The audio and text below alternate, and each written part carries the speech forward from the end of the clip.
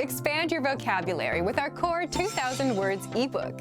It's free and packed with essential expressions that you'll use on a daily basis. Start building your vocabulary today. Click the link in the description below to download your free Korean ebook before it's gone. 조용하다, quiet. So you can say 이 방은 조용하다. This room is quiet. So if someone is making a lot of sounds like I'm doing now, you can say 조용히 해, be quiet. 같다, same. So for example, if your eye vision is the same, you can say 이쪽 눈 시력과 이쪽 눈 시력은 같다. 시끄럽다, loud, noisy. So if your neighbor is making a lot of sounds, you can just go there and boom, boom, boom, hit the door and say 시끄러. It's too noisy. Or 이 음악은 너무 시끄럽다. This music is so noisy. Or for example, when you're on a bus and people just keep talking, na, na, na, na, na, na, na, then you can say that, 이 버스는 너무 시끄러워. This bus is so noisy. 안녕히 주무세요. Good night. Actually, it literally means please sleep well. So you can use this phrase only with someone who is living together with you, like your parents. So to your parents, 안녕히 주무세요. So at night, you can say 안녕히 주무세요.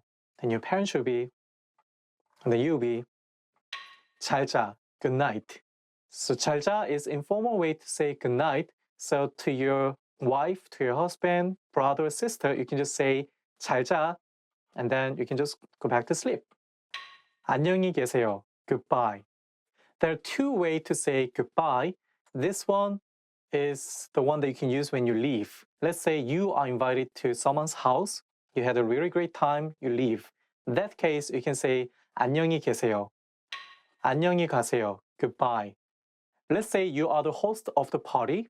You invited everyone to your home, had a really great time, and then everyone is leaving now. You want to say 안녕히 가세요 because your stay, everyone else is leaving. For example, you can say 안녕히 가세요. 와주셔서 감사합니다, which means goodbye, thank you for coming. 듣다, to hear, to listen.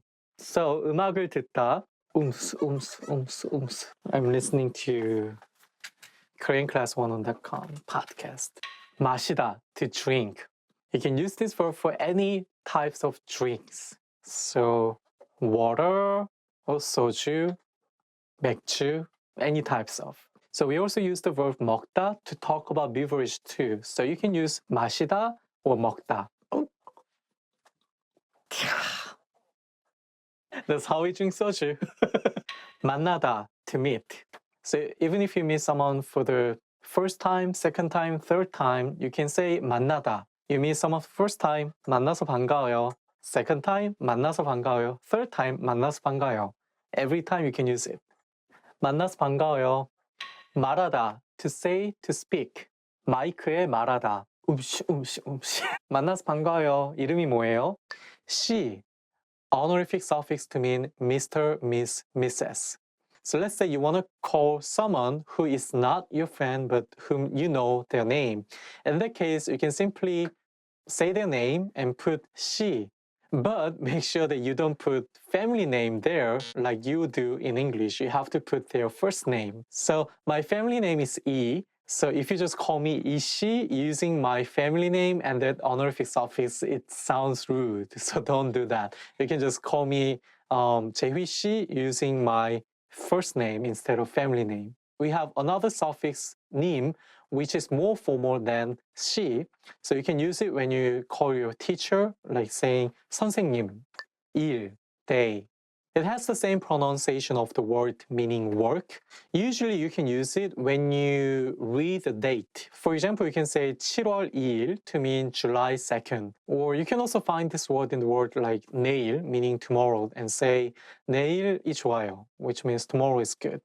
사회, society. Korean people talk a lot about politics, and in that case, we use 사회 a lot. So if someone is critical about the situation going around Korean society, he might say 한국 사회는 문제가 많이 있다.